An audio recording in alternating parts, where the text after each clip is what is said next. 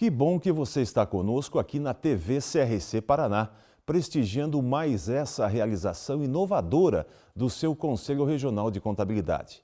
A TV CRC Paraná tem sido o principal canal de informação do CRC com os profissionais contábeis do nosso estado. Temos uma programação altamente técnica e informativa, onde se privilegia, acima de tudo, a qualidade e a excelência na educação profissional continuada do contabilista. E nesse verdadeiro cardápio do saber, nós trazemos agora o projeto Transformando. Numa iniciativa da Comissão de Transformação Digital do Profissional Contábil Paranaense, do CRC Paraná, o projeto Transformando vai colocar você frente a frente com o que há de mais moderno em se tratando de tecnologia e cultura digital voltada ao meio contábil. O momento é de profundas e intensas modificações em mercados e profissões, com o avanço acelerado da tecnologia. Essa revolução tecnológica é uma realidade no âmbito da profissão contábil, cuja necessidade de compreensão desse fenômeno pelos profissionais e sua adequação é premente e extremamente necessária. E é para facilitar essa compreensão e adequação que o projeto Transformando foi concebido e disponibilizado a vocês, profissionais da contabilidade, pelo CRC Paraná. A partir de agora, você terá periodicamente episódios do Transformando. Acompanhe, com vocês, o coordenador da Comissão de Inovação e Transformação Digital do CRC Paraná, contador Ronaldo Dias Oliveira. Neste episódio, a Comissão de Inovação e Transformação Digital do CRC Paraná analisa o panorama atual da transformação digital com a contabilidade tradicional, digital e online. Discute novos mercados, exemplos de modelo de contabilidade low price e alternativas de serviços não necessariamente a baixo custo. Analisa também o mito do marketing digital. Como convidada, teremos Mônica Foster, da IFAC, do Ibracon e CRC Rio Grande do Sul, em sua primeira participação na primeira temporada do Transformando. Ela participa conosco de 3 episódios. Então, vamos começar agora com os personagens do programa de hoje.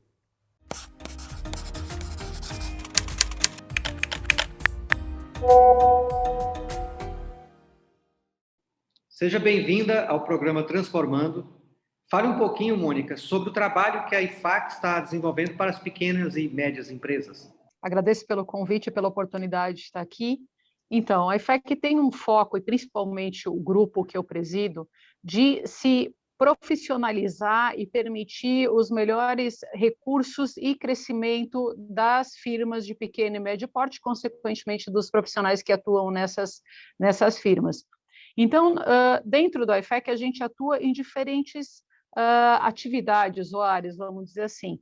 Uma delas é em relação ao desenvolvimento de recursos, materiais, artigos, vídeos, guias, que possam servir de suporte para as firmas de pequeno e médio porte, para que elas mantenham a mais alta qualidade, para que elas estejam de acordo com as normas internacionais que são adotadas, que elas entendam, que elas consigam aplicar e implementar essas normas na prática, e que elas estejam, isso é muito importante, extremamente focadas no futuro. Então, a expressão que a gente usa em inglês é o future ready, é o preparados, prontas para o futuro.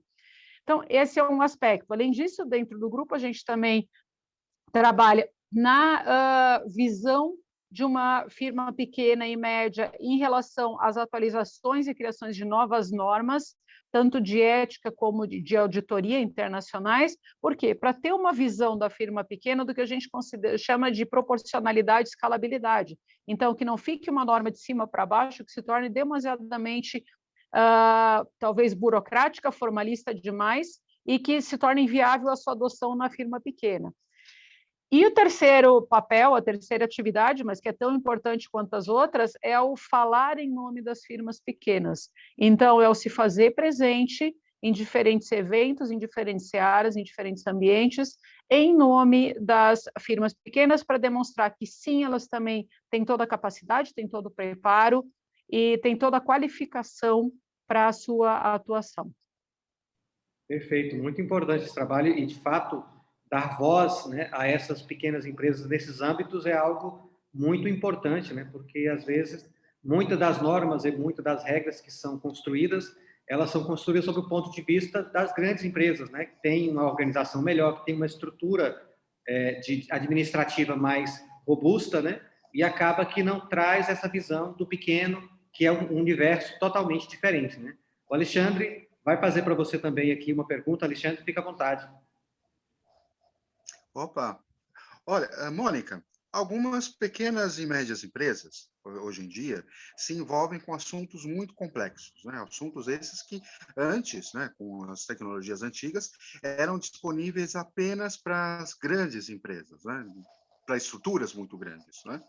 Mas essas pequenas e médias empresas que se envolvem com assuntos muito complexos, elas não têm dinheiro para ter um contador permanente lá, um controller lá, sempre à disposição dessas empresas. O que não acontecia com as grandes empresas. As grandes empresas sempre tiveram controllers, né?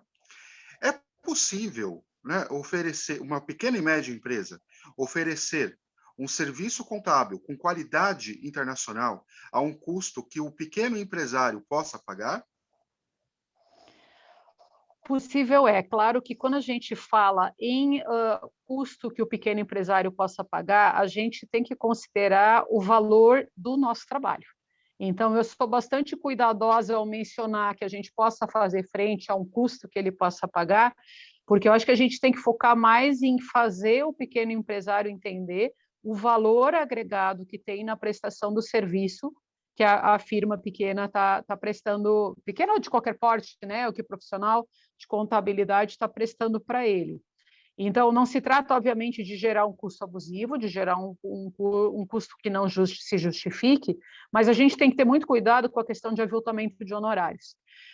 Dito isso, com certeza, a firma pequena e o profissional da firma pequena, ele consegue se colocar melhor no lugar do empresário iniciante, do empresário de uma entidade pequena, para poder entender qual é o limite do que vai acontecer e para poder identificar o que esse empresário pode fazer, o que ele deve direcionar. Então, não é um papel simplesmente burocrático, mas sim um papel estratégico do que esse empresário pode direcionar e onde ele deve direcionar suas forças, os seus recursos, para poder se manter e crescer. Você mencionou ali no início a questão de que às vezes são atividades até complexas, a gente sempre tem que ter muito cuidado em relação a isso, né? Porque, por exemplo, mesmo hoje quando a gente fala em auditoria, a gente não fala mais em questão de entidade pequena ou média, ou firma pequena ou média. O foco que se tem é de maior ou menor complexidade. Então, seja um trabalho de contabilidade que você vai fazer, seja um trabalho de auditoria, os procedimentos que você vai fazer, o trabalho que você vai fazer, o foco, tem que considerar a natureza do teu cliente, da empresa que você está prestando o serviço, para entender o nível de complexidade que daí tem. Então, assim, possivelmente eu não vou estar dando para você a resposta que você queria, que seria dizer, não, pode sim fazer um custo desses, não, porque eu acho que a gente tem que se valorizar como profissão. Então, óbvio que a gente não quer inviabilizar e a gente tem que buscar, mas a gente tem que ter em mente o tempo todo, olha o esforço que a gente tem, olha tudo que a gente estuda, olha tudo que a gente se prepara, olha a visão holística que a gente tem que ter hoje em dia como profissional. Eu colocaria para você o seguinte, é viável sim fazer o preço justo. Essa é a resposta que eu daria para você. Essa questão do preço e do valor, né, é algo que, nesse momento em que a gente passa por tecnologia, tem se transformado, né? Nos Estados Unidos, por exemplo, que era um país onde era muito comum você cobrar valor por hora, né?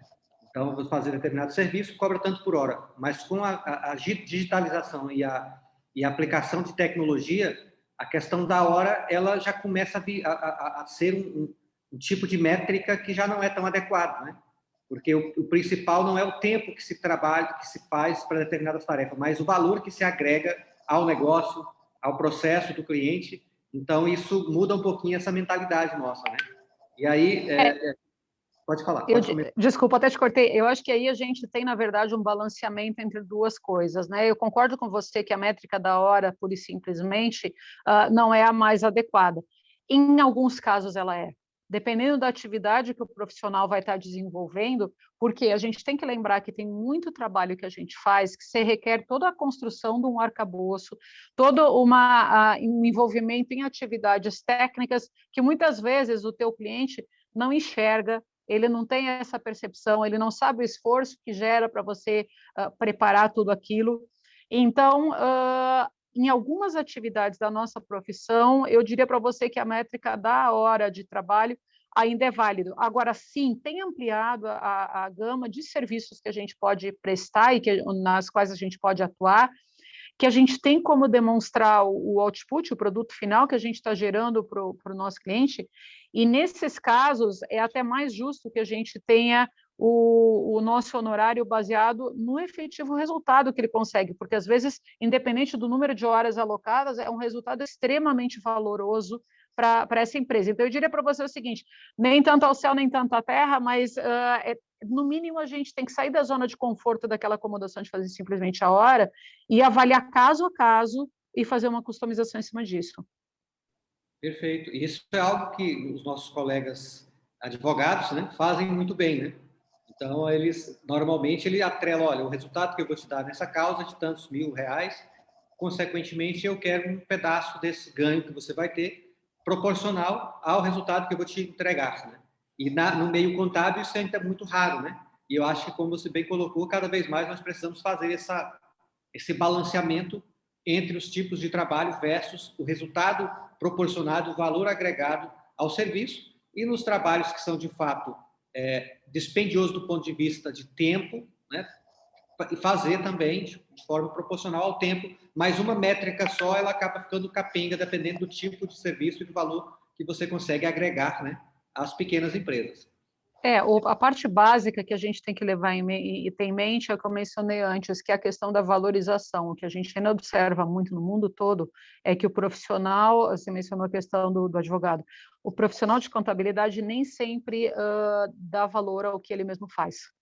Então, eu acho que é uma mudança de valor, uma mudança de paradigma, porque você só vai conseguir demonstrar o valor que você está agregando, e muita gente já consegue isso, a gente melhorou muito em relação a isso, essa profissionalização, mas você tem que estar ciente e convencido do teu valor a hora que você vai estar negociando uma coisa dessas. Mas eu acho que é uma coisa que já mudou bastante, já está mais maduro e já está mais profissional essa visão que a gente tem, né? Perfeito. E até mesmo a gente entrando, e para finalizar aqui esse nosso bate-papo, quando a gente pensa no Brasil, que cada vez mais está comum, e não só no Brasil, mas no mundo inteiro, né? Alguns tipos de forma de entrega da contabilidade, onde você tem a contabilidade online, tem a contabilidade digital e tem a contabilidade que nós chamamos, no meio aí, de uma contabilidade tradicional. E aí, então, esses aspectos que você colocou em relação à forma de cobrança, ele se torna realmente um fator decisivo, né? Porque tem-se muito na mente que a contabilidade online é aquela que você entrega por um preço extremamente baixo, porque você tem uma automação total do processo, né? Uma robotização, utilização maciça de tecnologia, com isso o custo cai e você entrega uma coisa por um preço barato.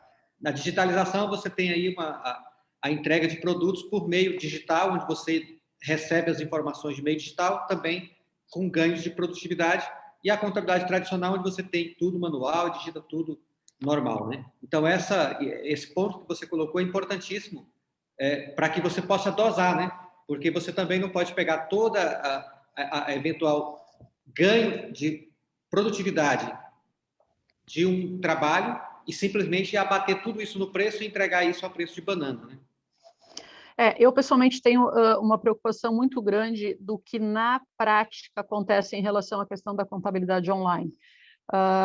Eu acho que existe espaço para as diferentes formas de atuação profissional, não só em contabilidade, em todas as áreas, mas essa questão da contabilidade online, o que a gente muitas vezes identifica, e a gente tem que lembrar que o Brasil tem formatos de empresas muito diferenciados. Então, você tem empresa no simples, você tem empresa no lucro presumido, você tem empresa no lucro real.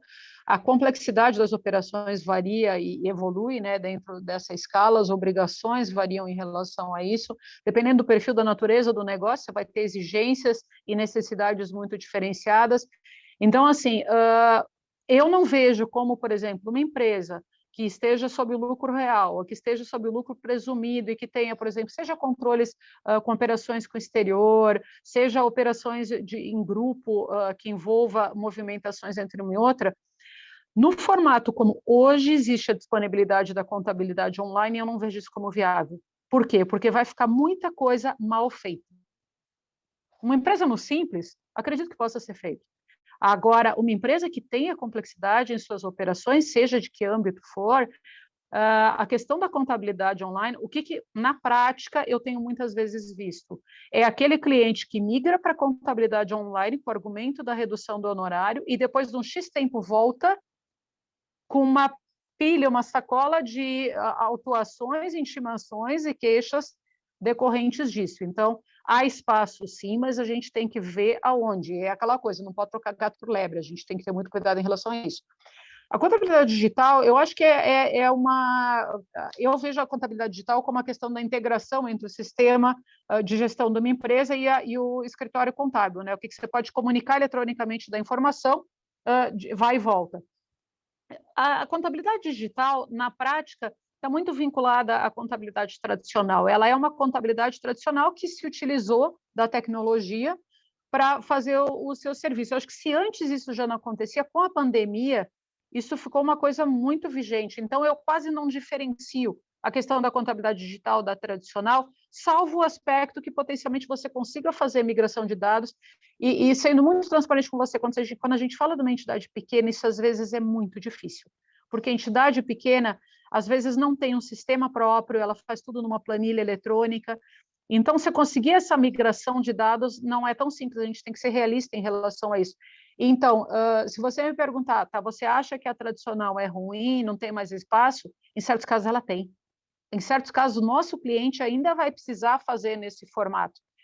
Quando começou a pandemia, o que a gente identificou? Aquele cliente que você prestava o serviço através do envio da documentação, você disse, você começa a ter que me mandar agora tudo eletronicamente, nem que seja um scan. Passado um ano e tanto do início da pandemia, a gente ainda vê problema em relação a essa comunicação, documento que falta, o trabalho fica mais demorado para o profissional de contabilidade. A questão do trabalho virtual pode ter otimizado, não ter que ir para o escritório, não ter que isso e aquilo, mas na prática você perdeu tempo porque você, via de regra, não recebe a informação completa e você demanda mais tempo para comunicar com o teu cliente e obter essa informação.